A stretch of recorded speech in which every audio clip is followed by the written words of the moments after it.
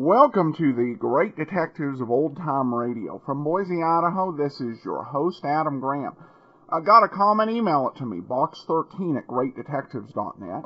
Cast your vote for the show on Podcast Alley, podcastalley.greatdetectives.net.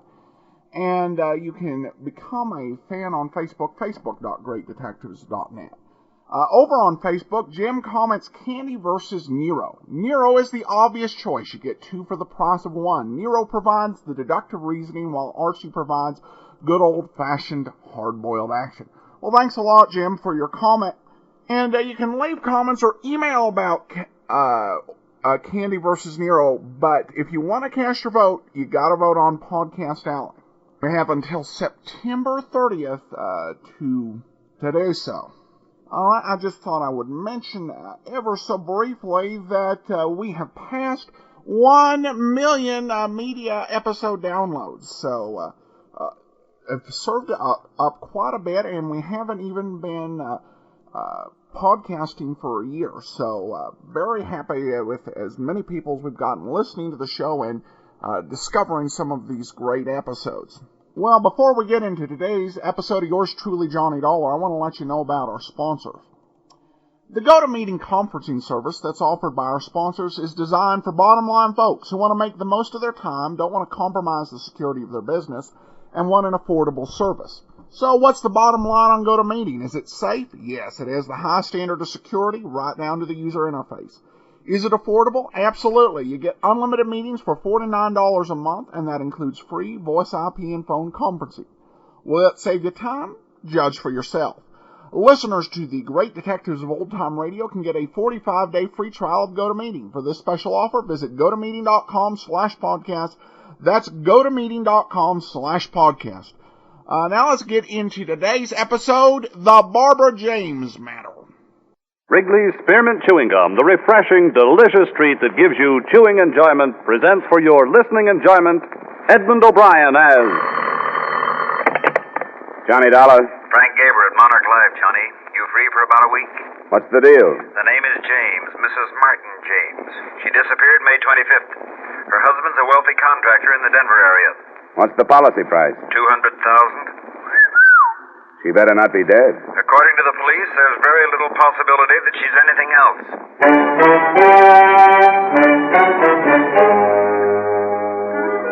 The makers of Wrigley's Spearmint Chewing Gum bring you Edmund O'Brien in another adventure of the man with the action-packed expense account. America's fabulous freelance insurance investigator. Yours truly, Johnny Dollar.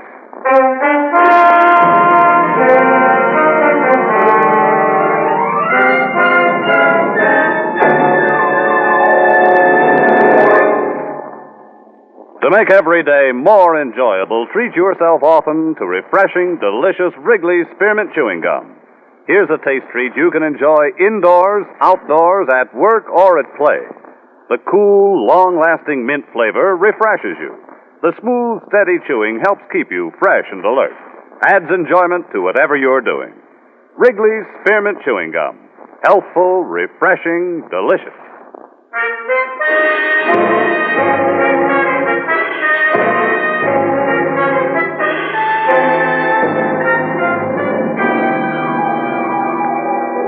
Expense account submitted by Special Investigator Johnny Dollar to the Monarch Life Insurance Company, Home Office, Hartford, Connecticut. Attention, Mr. Frank Gaber. The following is an accounting of my expenditures during investigation of the Barbara James matter. Expense account item 1, $73.87, transportation to Denver, Colorado.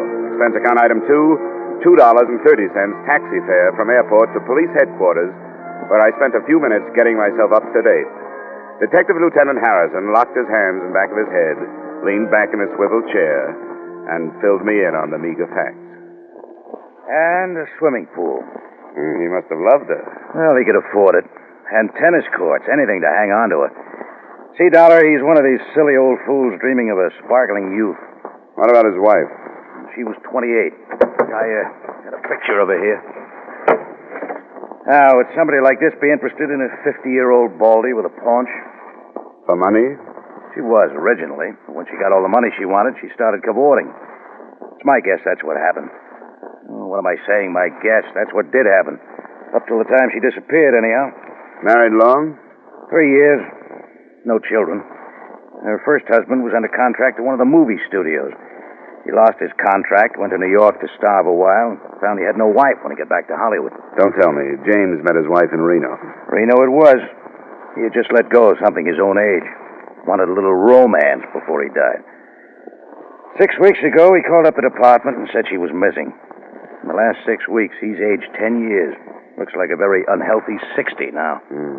Nothing from the travel bureaus, out-of-town hotels? Nothing from railroad stations, bus depots, airports, auto rental services, other police stations in the U.S. and Canada, etc., etc., etc. So? After 6 weeks, murder.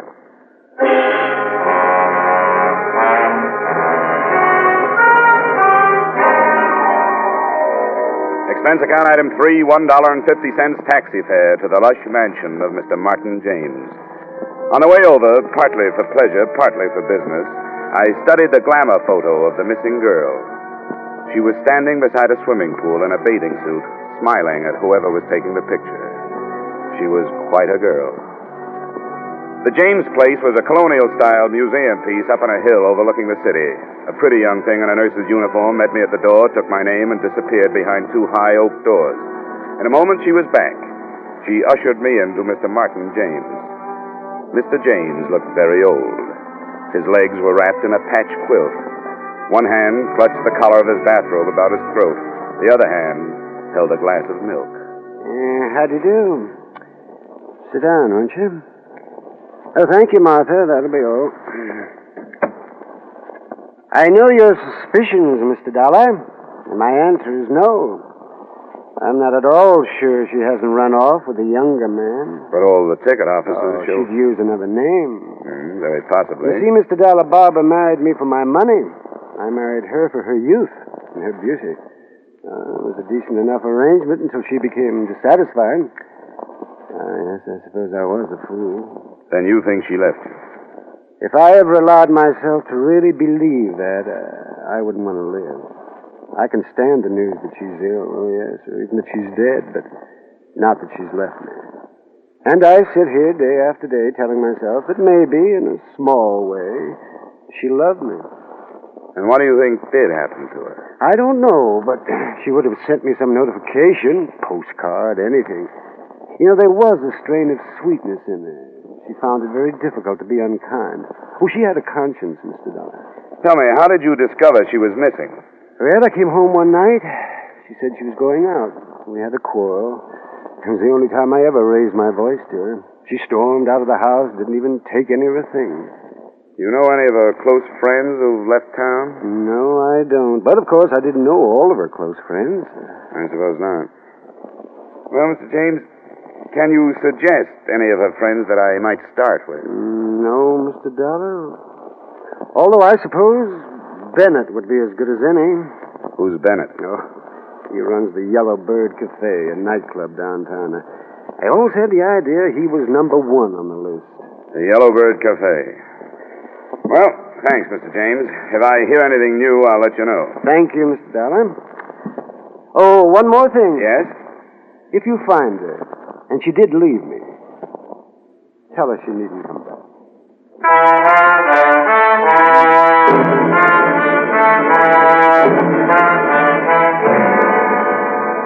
Expense account item 3, 90 cents taxi fare to the Yellow Bird Cafe, a blue-lighted night spot.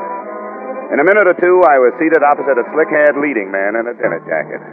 From the size of the bills on his desk, I'd say his wallet was pretty well dressed, too. Don't look at them too long. They'll burn your eyes out. Must be awful to have to rake all that off the lawn every morning. Oh, I just wanted to impress you. That's a whole week's take. Denver isn't what I call a good club town. My place in Frisco does much better. The only town worse than Denver for club trade is Cleveland. Cleveland pulls in the gutters at 6 p.m. Well, I'll keep that in mind if I ever get the urge to open up a clip joint. I'm here about Barbara James. It's funny how that name keeps cropping up. I suppose it'll keep cropping up until somebody finds her. You have any ideas? Sure, lots of ideas. She could have crossed against the light, fallen into the Great Divide, thumbed her way to Hungary. You're a comedian. Oh, now look, Dollar. I'll tell you what I told the lieutenant. I don't know anything about it, and if you insurance rubes had any brains, you'd check with the cops first before making fools out of yourself. You saw quite a bit of her. Saw, that's right, saw. That was a long time ago. Listen, guy, I got a book in my pocket with names of girls to make Barbara James look silly. Now, why should I take away an old man's child bride? That's not the way I heard it. All right, for laughs, sure, I used to take her out. She was lonely. She used to come in here and sit alone at a table. I had nothing else to do. We'd dance. I'd buy her a few drinks. That was it. She gave you the brush, Bennett. Oh, yeah, sure. You don't like to be given the brush. Anytime I can't hang on to a dame like Barbara. She gave you the brush and you didn't like All it. right! All right, Dollar, she gave me the brush. I took that girl and gave her a new life. She was stuck with that old guy up there on the hill. She poured out her heart to me. Told me how it was to live up there. Well, I listened to all that. Listened like I was interested.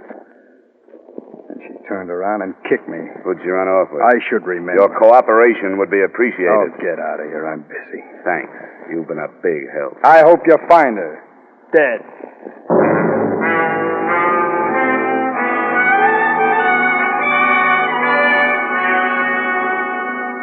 Expense account item 4, $3 for 2 drinks, 1 for me, 1 for the young lady I dragged away from the dice table. 2 drinks later, I was a lot better informed. You know, if he catches me talking to you, I'll probably be fired. If he catches you, you'll deserve it. I bet they were quite a team, this Bennett and Barbara. Oh, she gave him the brush. That's what everyone said. You think she's dead? I don't draw any conclusions without having the facts. Bennett hates to be brushed. So do I. Bennett started this place on money he borrowed from James. Now, that's a new thought. Mm-hmm. Here's another. Barbara James's first husband is in town. I didn't catch the name? Fred Fogel. Another leading man. Another leading man. Yeah, I think that's worth another drink. Uh-oh. Here comes Bennett. Say, where's this Vogel staying? The Parksons. Goodbye now. Well, I see you're pumping the help. Oh, just browsing. Browse elsewhere, huh? Right. Well, it's been swell. Wait a minute, Dollar. What did she tell you? We discussed baseball. Come on, sit down, Dollar. Make up your mind. All right, sit down. Sure. Look, Dollar, I don't know where Barbara James is, and for all I care, she's at the bottom of the ocean, but there are a few things that have nothing to do with this case, which I would hate to have circulated around. Every man has personal matters. I'm glad you recognize it. Now, come on, what did she tell you? You didn't tell me Vogel was in town. Is he? What's he doing here? How should I know? All right, Bennett, forget it.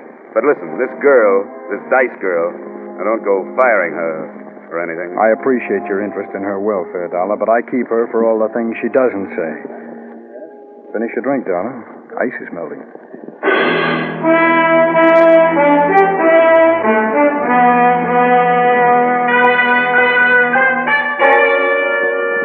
I walked to the Parkson and asked the desk clerk for Mr. Fred Vogel.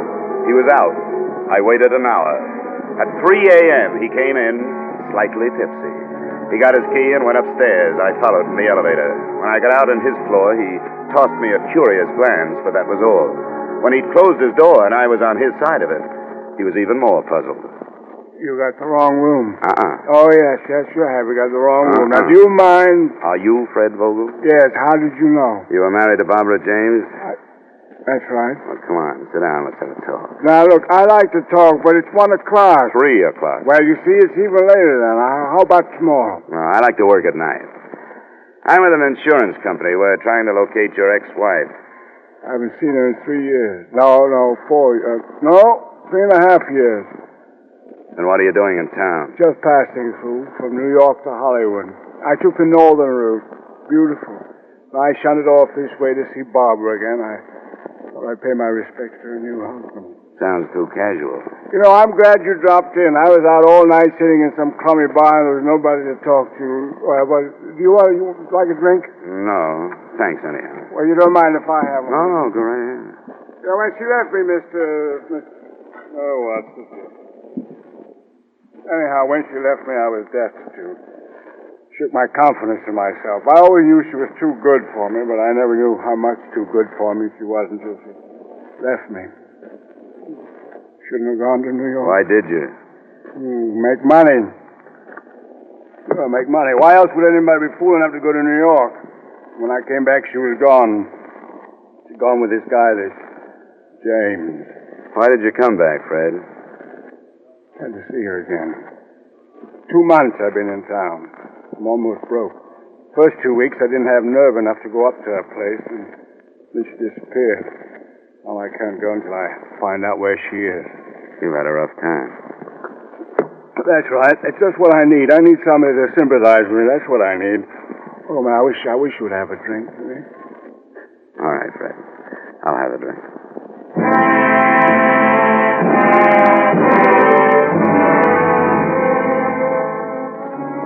I went home at 5 and slept till 11.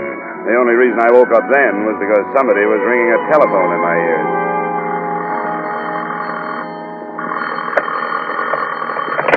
Yeah, hello. You sound like you're in the crest of a hangover.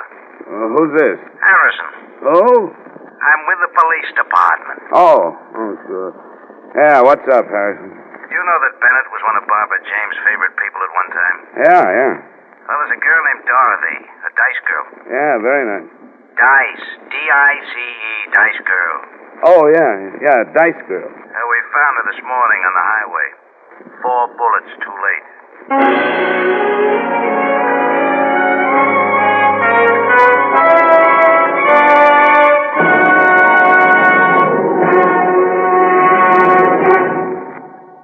To make every day more enjoyable, treat yourself often to refreshing, delicious Wrigley's Spearmint Chewing Gum. The lively, full-bodied real mint flavor cools your mouth, moistens your throat, freshens your taste. And the chewing itself gives you a little lift, helps you keep going at your best. So for real chewing enjoyment that's refreshing and long-lasting, always keep Wrigley's Spearmint Chewing Gum handy. Healthful, delicious Wrigley's Spearmint Gum will make every day more enjoyable.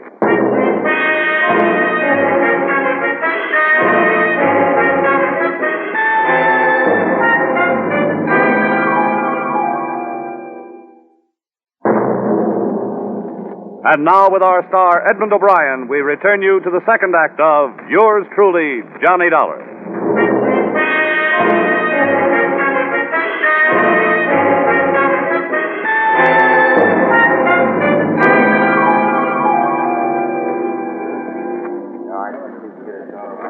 Well, it sure doesn't look like the apartment of a 26 girl. And this isn't installment furniture either, Lieutenant. Let's nose around in that closet. What?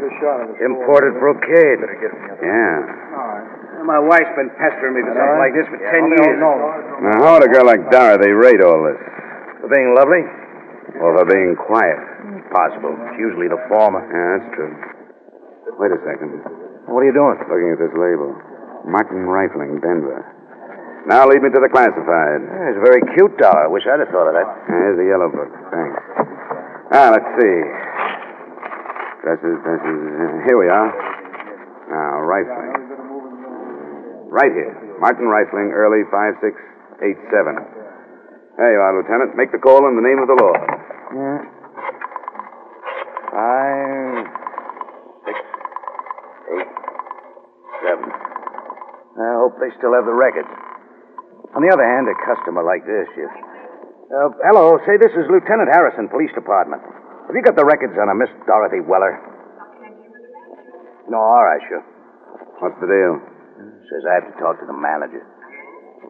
Hello, say this is Lieutenant Harrison, Police Department. I'd like some information regarding a Miss Dorothy Weller. Yes, Weller. She had quite a substantial account with you, didn't she? 3,000. Wow. Look, who paid the bill? What? She did? Well, did she ever come in with anybody? I see. Yes, I see. All right, thank you.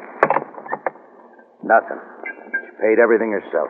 The bankroll wants to keep itself a secret. Well, let's check on some of this other stuff. Probably the same deal, Lieutenant. She was getting plenty from somewhere, and the gift was strictly anonymous. Got any ideas? Same one you got. Well, I'm going to mess around here for a while. You go on over to Bennett's and check. I'll let you know if we're right, Lieutenant. And look, why don't you take some of that imported brocade back to your wife? Huh? Don't be silly. Then I'd have to take her someplace expensive to show it off.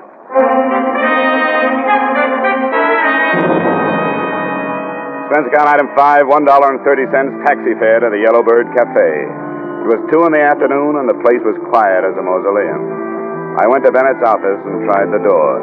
It opened. Bennett was in his chair, bent over the safe. As I closed the door, he bounced up. Dollar. What do you want? A little information. We came across some bills at a dress shop. Yeah? Yeah, $3,000. Guess whose name was on them? I don't even know what you're talking It was about. Dorothy Weller, that's who I'm talking about. $3,000. Well, she must have come into some money. And now she's dead, and you were the rich uncle. I wouldn't spread those kind of rumors, Dollar. You killed her, Bennett. You killed her because she was bleeding you to death. Prove it. I can, by your bank account. She was your favorite charity. Get out of here. How does it tie in with Barbara James, Bennett? Get out, I said. You don't really want me to get out of here. If I did, I'd go right to the police, and you'd be arrested on suspicion of murder. Now, come on. I want the details. All right. All right, Dollar. Barbara James never gave me the brush. And how did Dorothy Weller fit in? I sent her with a message to Barbara the night that we were going away. I sent her up there to tell her where to meet me. The night Barbara was killed? That's right, the night she was killed. What happened up there? I don't know. Come on, Bennett. I tell you, I don't know. She wouldn't tell me. You paid her enough. Well, not to give me information, to keep things to herself. If anybody ever found out that Barbara and I were going to run away together... So I spread the tale that she'd given me the brush months before. You could be lying, Bennett. Could be, but I'm not. If you're not, it smells of double blackmail. What do you mean? Come on, you're not that stupid. Obviously, Dorothy was playing both ends against the murder. You were supplying cash to keep your name out of the Barbara James guest book, and somebody else was paying her to keep quiet about what happened that night. Who would that be? James? You hit it right on the head, Bennett.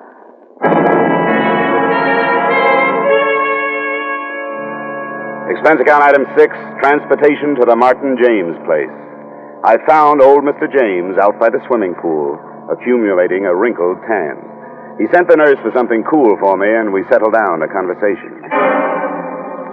Are you calling me a liar? All I know is something drastic happened the night Barbara James disappeared. Now, look, I don't prosecute anybody. I'm just an insurance man. My job is to find your wife, that's all. Well, I've told you the truth. I'm afraid not, Mr. James. Because it happened something like this. You came home. Barbara was packing. She was there with another girl, a girl named Dorothy Weller. She told you she was running away with Bennett. You had a quarrel. Oh, it's the most You've been ridiculous paying thing. Dorothy Weller plenty to keep that quarrel to herself. Why, that's sheer invention. Investigation, Mr. James. Now, exactly what happened? Oh, everything happened exactly as I told it to you. Bennett tells a different story. Then it'll have to be Bennett's word against mine. It'll be more than that, Mr. James.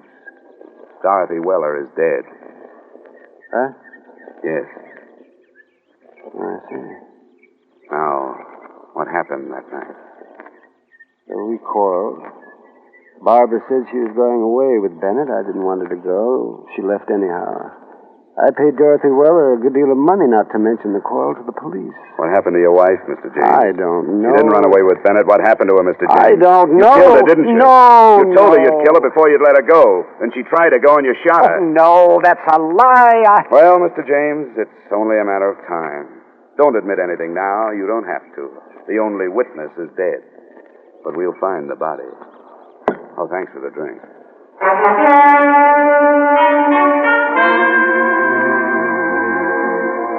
3 weeks passed. Barbara James was still missing. We were stymied, no place to go. We searched every inch of the grounds on the James estate. We found nothing. The garbage disposal, nothing. The incinerator, nothing. Yet neither of us doubted that James had killed his wife. Sometimes he'd follow us around, his hands behind his back, a little smile on his face. I got to hate James. It was like losing at canasta night after night to the same guy. One day I was standing in the patio looking down into the blue water of the pool when somebody tapped me on the shoulder. Mind if we clean it? Huh? The pool. Oh, well, you better ask Mr. James. Oh, I thought you was going to use it or something. No. Well, we service the pool every 2 weeks. Unless somebody's using it, we go right to work, you know. Well, go right to work then. Yeah, sure thing. We built this pool, you know. Oh, really? Yeah, I've been building pools in around Denver for 25 years. My father was in business before that.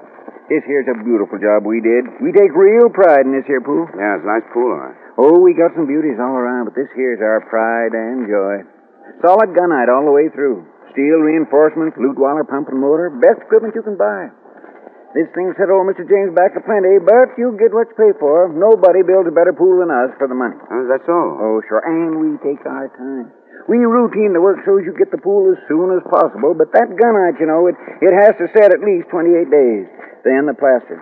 I wouldn't fill it until all that had a chance to settle, but Mr. James got awful impatient. Wanted the pool filled 10 days after we gun-nighted. I told him, I said, Mr. James, you don't build a pool like this every day. He said, I know that. And I said, Mr. James, you want this pool right, and I'm going to make it right for you. A few more weeks ain't worth getting impatient about. Ah, impatient, was he? Oh, my, you should have heard him. But we stood our ground, you know. Oh, goodness, I wouldn't ruin a $10,000 pool for the sake of 2 weeks. Hey, what's gunite? Well, I'll tell you. Gunite's a fine cement. We blow it out of a gun at 60 pounds pressure. See, poured cement ain't as good for a pool. But when you blow the cement into that steel reinforcement we lay down, that really gets in there and sticks. Practically all swimming pools are made of gunite now. When did you start the pool, Mr. Dolph. Daniel T. Dolph.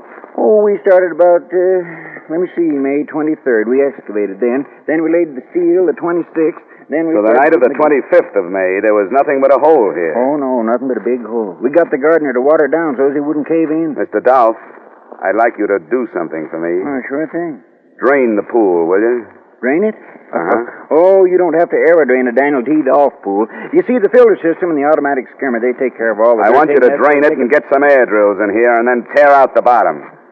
What? Tear out the bottom?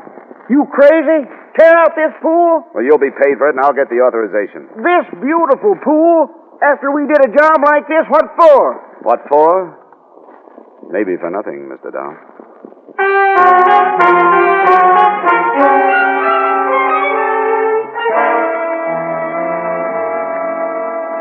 You dig up the pool? That's right, Mr. James. Oh, that's the most outrageous suggestion. I've got a police order. Well, then you and the police department and the company you work for better be prepared to pay the consequences, Mr. Dollar. I'll admit this is a pretty expensive hunch, but it's all right. I work for pretty expensive people.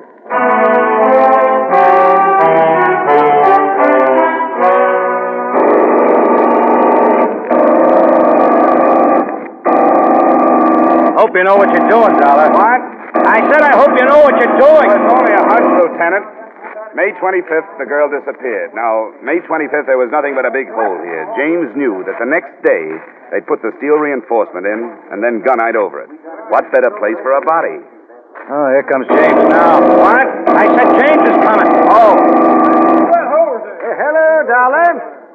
How are things progressing? Pretty well, Mr. James. Yeah, I hope you're having a good time.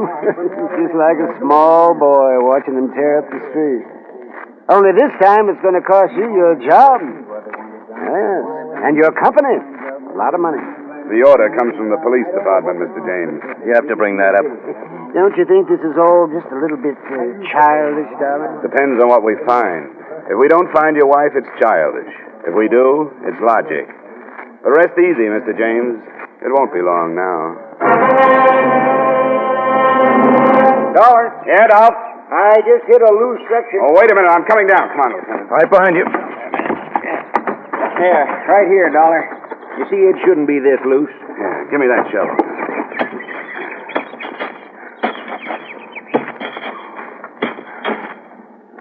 Look, Johnny. Yeah. Great place for it. What is it, Dollar? Dollar, what is it? It's a grave, Dolph. What? We better get after James.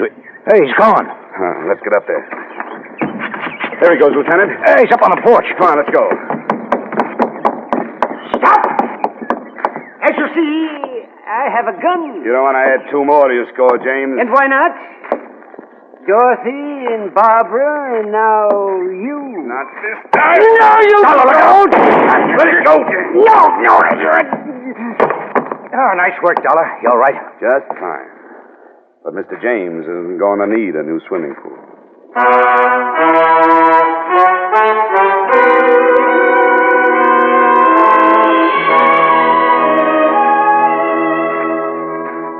So Mr. Martin James had fashioned his wife's tomb, a foot of loam, and quarter-inch steel mesh, 4 inches of cement, and 8.5 feet of water.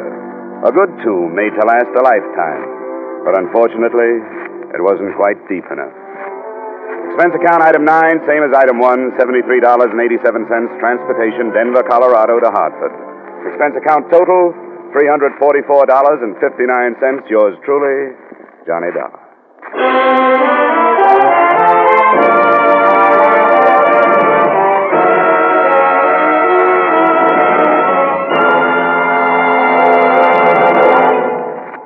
Remember, friends, to make every day more enjoyable, treat yourself often to refreshing, delicious Wrigley Spearmint Chewing Gum. There's lots of cooling, real mint flavor in every stick. And chewing Wrigley Spearmint helps keep you feeling fresh and alert. You feel better, work better, get more fun out of doing things. So indoors, outdoors, wherever you go, keep some healthful, refreshing Wrigley Spearmint Chewing Gum handy. To make every day more enjoyable, treat yourself often to delicious Wrigley Spearmint Chewing Gum.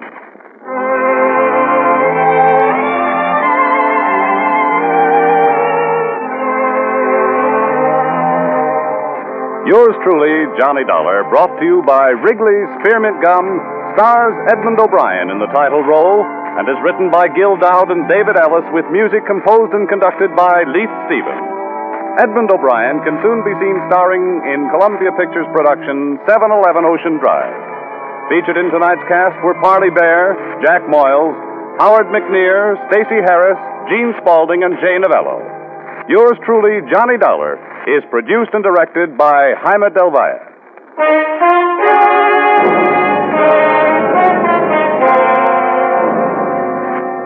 The makers of Wrigley Spearmint Chewing Gum hope you've enjoyed tonight's story of Johnny Dollar and that you're enjoying delicious Wrigley Spearmint Chewing Gum every day. We invite you to join us again next week at this same time when, from Hollywood, Edmund O'Brien returns in another adventure of... Yours truly, Johnny Dollar.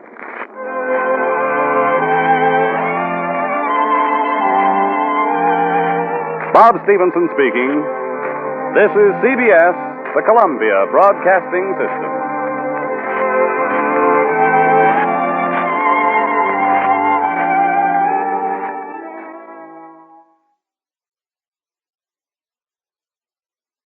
Welcome back. I continue to be impressed by the quality of the cast members that they bring on the show week after week. You had Stacey Harris, who I talked about somewhat extensively on last week's Dragnet. And then you have Jack Moyles, Rocky Jordan himself in a guest spot in this particular episode. So CBS definitely had great casting for this show. The mystery was pretty good right up until the end. I thought that the pool man showing up and delivering the goods, basically by chattering away to Johnny the obvious clue that she had been buried in the pool and that they had poured the foundation over her. It was a little bit of a deus ex machina, but it can be forgiven due to the quality of the acting and of the story up to that point. We have just a couple more listener comments before we wrap up. I do also want to remind you, as you make your travel plans for the rest of this year and the coming year, remember your Johnny Dollar Air. That's JohnnyDollarAir.com. That goes to Priceline. And you're able to choose from a wide variety of different airlines, as well as their name your own price option. And and if you do end up getting a ticket to that, it does help support the great detectives of old time radio. All right, well, we go to a listener email now. Jack emails, I have a 3-month-old boy, and every night when he wakes up, I give him his bottle, and we rock and listen to the great detectives. A real bonus is the information you share about the show and the actors before and after the podcast. Keep up the great work. And for the entertainment, whenever we need it. Well, thanks so much. Got a listener checking in from northeastern Pennsylvania, and another writes on Podcast Alley. Recently found the podcast on iTunes, and I'm spending far too much time catching up on prior episodes. Well, thanks so much for all your kind comments and all your support. Encourage everybody to cast your vote for the show on Podcast Alley, podcastalley.greatdetectives.net. You have until September 30th to help decide who we'll hear this year, Candy Matson or Nero Wolf. Remember, you can follow us over on Twitter at Radio Detectives. And as always, I'd love to get your emails at box13@greatdetectives.net. But from Boise, Idaho, this is your host, Adam Graham, signing off.